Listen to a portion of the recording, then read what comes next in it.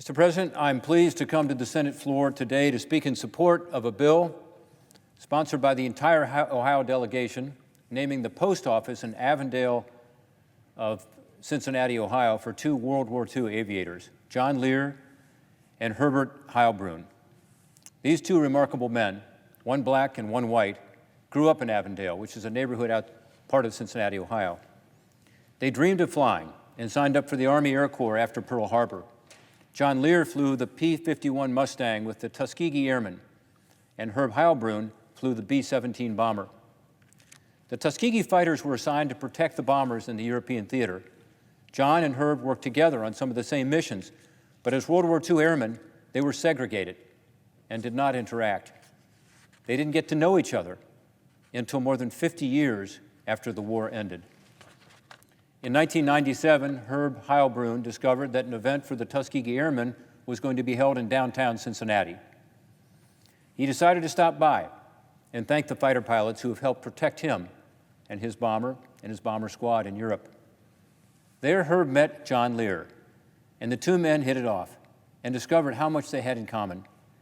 They found out they had both grown up in Avondale, both spent time waiting for training, working at the same engine plant, Wright Aeronautical in Lockland, Ohio. They realized they had been in the same third grade class at North Avondale Elementary School. Luckily, Herb had saved the class picture, and there you can see them standing right next to each other. John and Herb. Their friendship was obviously meant to be. John Lear had long wanted to make sure that young people knew about the Tuskegee Airmen and their contributions during the war. Together, John and Herb shared their story with school children and adults, talking about how things were different in the past and promoting racial understanding and the rejection of bigotry today. Here they are with a group of young people. Herb and John, with models of the airplanes that they flew.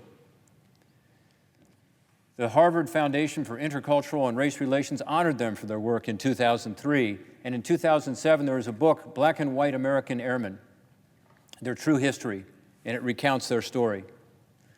John died in 2015 at the age of 94. Herb died in 2020 at 100 years old.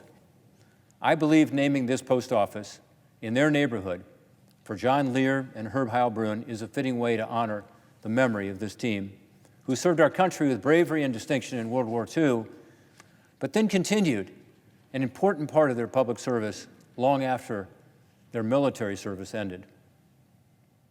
My hope is that this legislation will be passed by the Senate on a bipartisan basis, and we can name this post office after these two remarkable men.